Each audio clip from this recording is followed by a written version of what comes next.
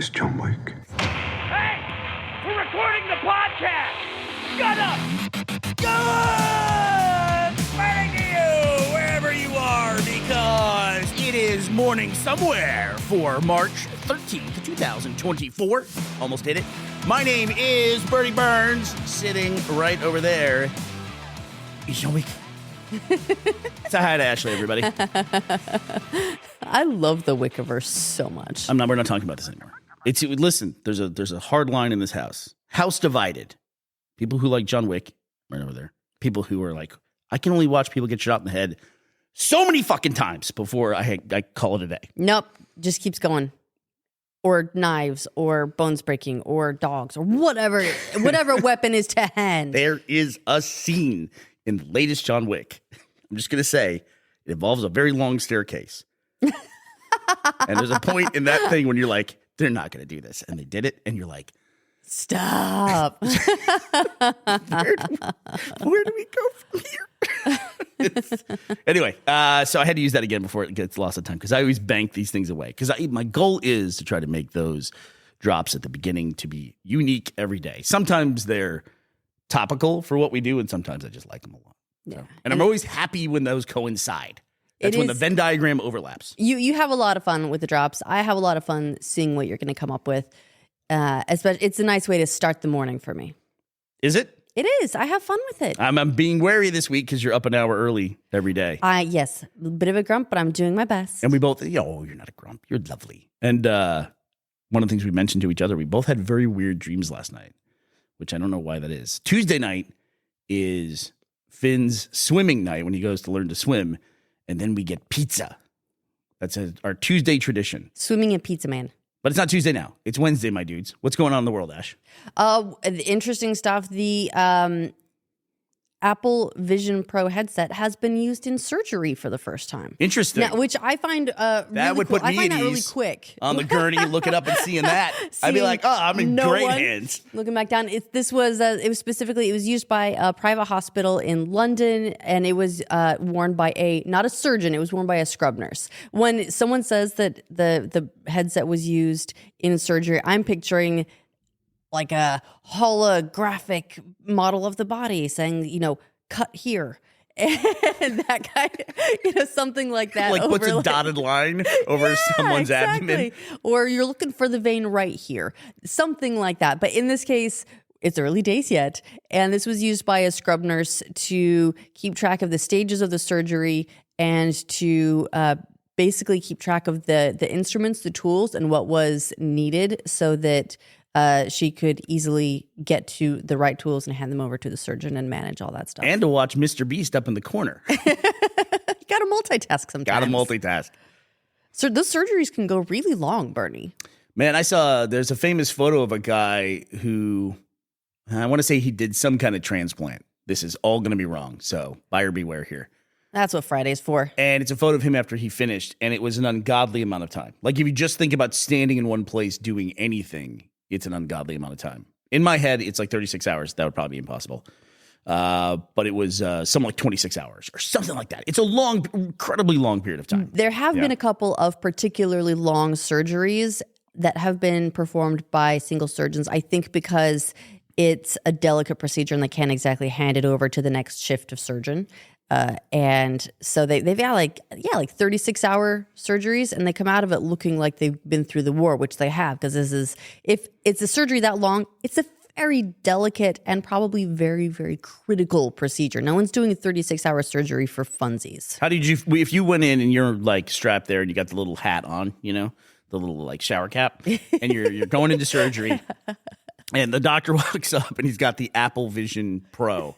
With like googly eyes on the front so you know where to look. That would actually be better than like the lighted eyes staring at you. Well, you know what though, is I feel like that was a marketing thing. That doesn't actually work in the headset, right? Like they're not actually taking a picture of the eyes and projecting it out ahead.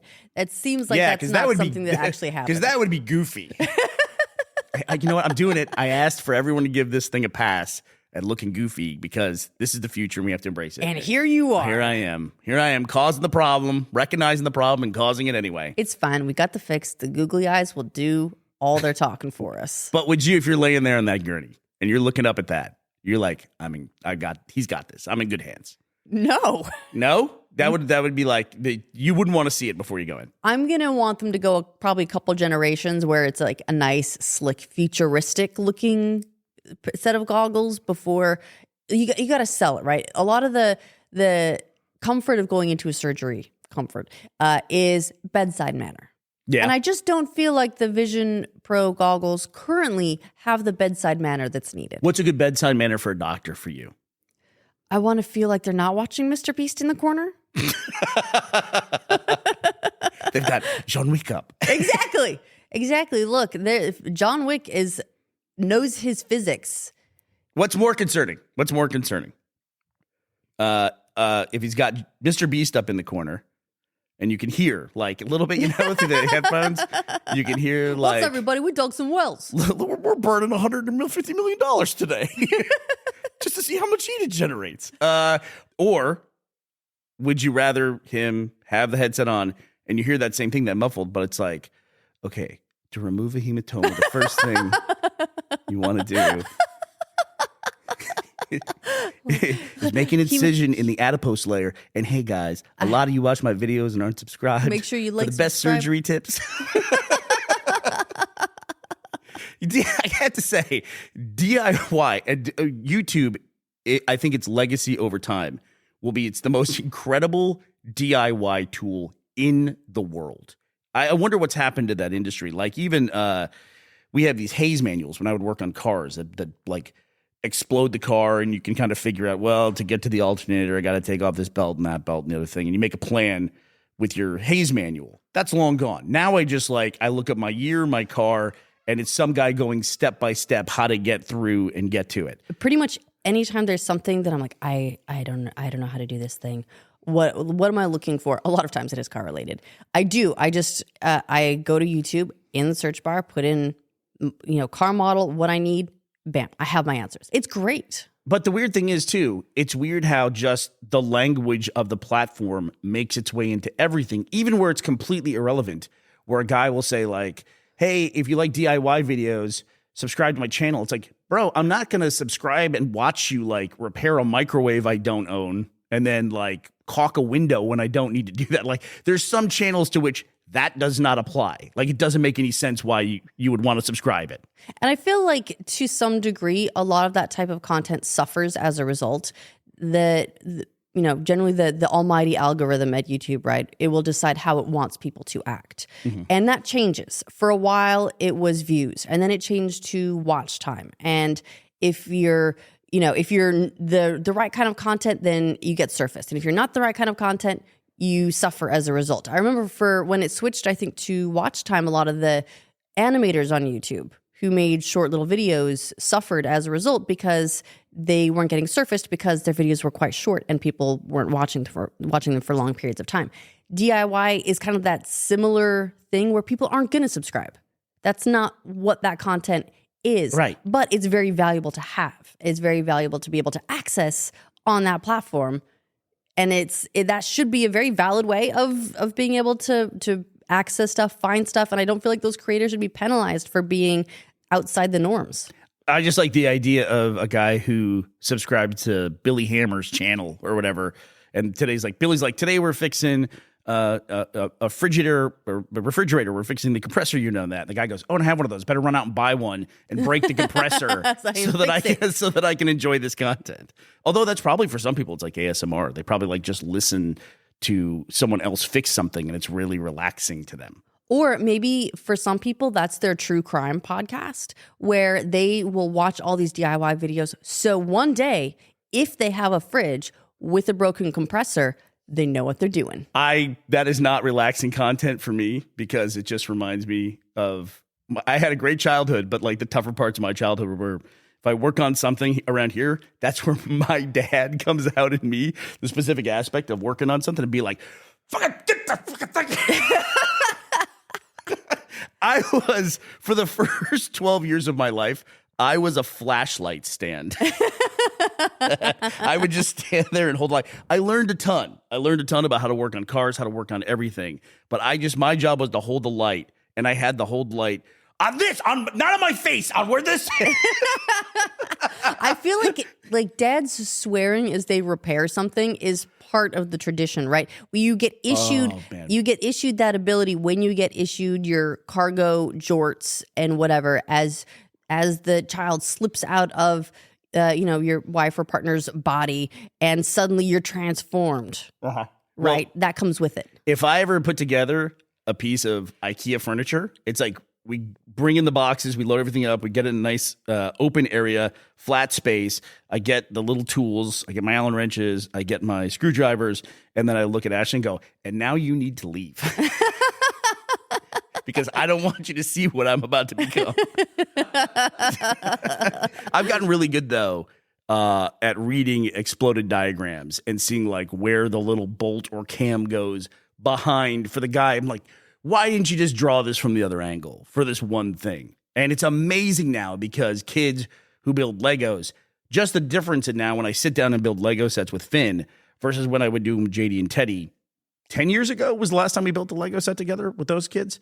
And now they have like an app where you can rotate like a CAD diagram of the thing you're building and see where the piece goes. It's amazing, really amazing. Tracks your progress as you go. Yeah, that didn't exist when we were building the Lego Death Star with like 12,000 pieces in it. Right, the one that came with an encyclopedia for step 1, step 2, like step a 3. phone book. Oh my God. The recycling center's like, look, we can't take these. It's too much. It's too much. Do you ever have that when you go to throw something away? And the people who run the dump or the people who pick up trash go, yeah, we can't take this. It's like, so what are my options? Well, do I just live with this thing now for the rest of my life? Like I have a half-filled can of paint and you can't take it. This is it. I live with this now for the rest of my life. If I move, I got to take it with me, whatever. That's kind of how it goes, though. And it seems really specific to paint cans. Have you ever moved into a house and not had just a pile of paint cans that comes with it? No, it's nice, though, because it is nice to have for, like, touch-ups, especially if you got kids. Like, it's nice to have that. And nobody ever labels their stuff. And so I always have to go through the first day and figure out what can of paint goes with what. Yeah, is this front hall beige or is this laundry room beige? I'm a bit of an organizer. And I go through and, like, recan everything into an appropriately sized can and then label it the right way. And I always think, I don't know who I'm doing this for. Like, it's going to be somebody who comes after me and they're going to go, well, I don't care. They just throw it away, probably. They're going to put it in the landfill regardless of what that guy says. Yeah, just dump it in a creek somewhere. Just some salamander gets half a gallon of turquoise paint dumped on it. I don't know why I'm laughing at that. It's actually quite a tragedy. Speaking of tragedies, Burnie, I don't know. I don't want that segue. Whatever that segue is. I don't know. Speaking of tragedies. If you saw the news, but Airbnb is officially banning cameras in their rentals. Burnie, what are we going to do? How are we going to exhibit ourselves to our temporary landlords without them having indoor cameras pointed at us all the time? Yeah, so this is a headline that they posted where Airbnb has now banned indoor cameras. You can't have cameras inside the rental property. And it's one of those headlines when you read it, you go, we can't do what? They were doing that? I didn't know that was a thing. Right, it's both comfort, you're like, good, and concern. That wasn't already a thing. Yeah.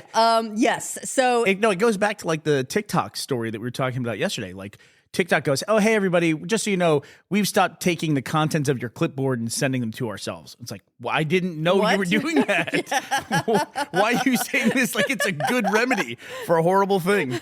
Thanks, I think.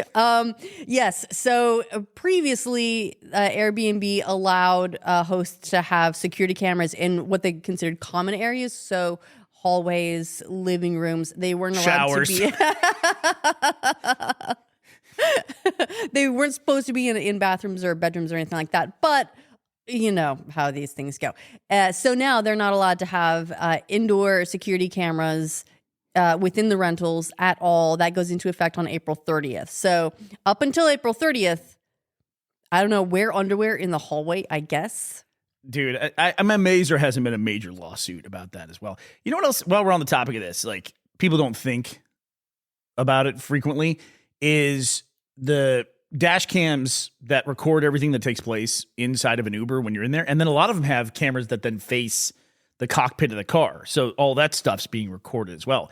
And I think a lot of times people, when they get inside a car specifically, they think it's a bubble where no one can see or hear them. And I think they apply that when they get in an Uber as well. And there's a person right there who can see and hear recording everything you can do, and they're probably recording it as well. I mean, I'm sure it varies state to state as far as like what permissive recording consists of and all that sort of stuff. But point being, you are probably being recorded. Yeah. You know, this also reminded me of a headline that came out at the later part of last year. This is from an article from December of 2023 by Davey Alba of Bloomberg. Davey's an interesting name for a reporter. Davey. Headline is, Google will stop providing law enforcement with data on which users were nearby a crime. That's another one that's like, what? Like, yeah, that's another headline that's like, thanks, what? Oh, good. Also, huh? I think that might be, if I'm recalling correctly, a part of a broader strategy by Google. They moved location data entirely off of their systems, basically, and encrypted it so that they can't get your location data. Because if they could get your location data, then they were legally required to turn it over to the police. So they updated the Google Maps app to keep that stuff fully encrypted on the device. Yeah. And also, hey, WhatsApp just released that they're no longer going to put people's personal DMs up in Times Square. Good for them. Thanks. What? What's the first story that you can remember like that? Because for me, it was this story, and I have gone back and tried to find it. You ever have one of those things like you remember it and you try to find it, but it's like gone into the internet? But this is something that should not have disappeared. We talked about it on one of the earliest RT podcasts. It was law enforcement talking about how they busted some organized crime ring. And I forget what the particular flavor of crime that they busted was. But what they talked about, the Doritos Locos Tacos Doritos flavored in the announcement of like, look what a great job we did. They said like, yeah, we did all these things. And, you know, where they really messed up was they brought their mobile phones into meetings with them. And they didn't know that we can just turn on the microphones on the mobile devices. We can just turn those on and use them as basically surveillance devices. And I thought, what? I didn't know that. Wasn't there an entire Batman movie about how this is a terrible thing? Yeah, I'm not sure I believe that. I'm not sure I believed it either. But I've gone back and tried to find this article, and I can't find the article on it. Just from a purely technological standpoint, that seems like something that, yes, could theoretically be done now, but I don't think the phone providers, Apple or Samsung or whoever would, they would make it so that you can't do that. Very much like what Google did with Maps. I don't know that like old brick phones, I'm picturing everyone on like an old Nokia or something. I don't think those could do that. That's why, you know, it's like you don't really think about these things. There was somebody who just had a big data leak. Who was that? Roku, yeah. And it was Roku. And it's one of these things where it's like, then you have to wonder, what does Roku have? Like, what do they collect? Right. Because then it becomes important. Data collection things, but it's like, but what data? It's Roku. Or even there was that that investigation on Tesla where people inside of Tesla were sharing like almost like on internal Slack channels or whatever. They were sharing videos, funny videos from the cameras of the cars that quality assurance was reviewing, and they would see something funny and they would share it with their coworkers.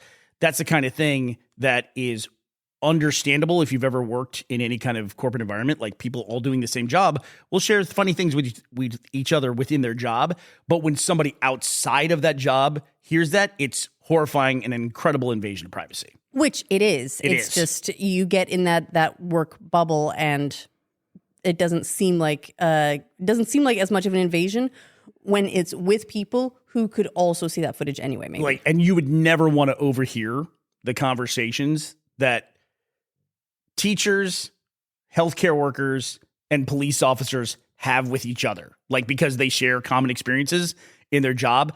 If you heard those things from an outsider perspective, you're like, what the fuck? This is horrible.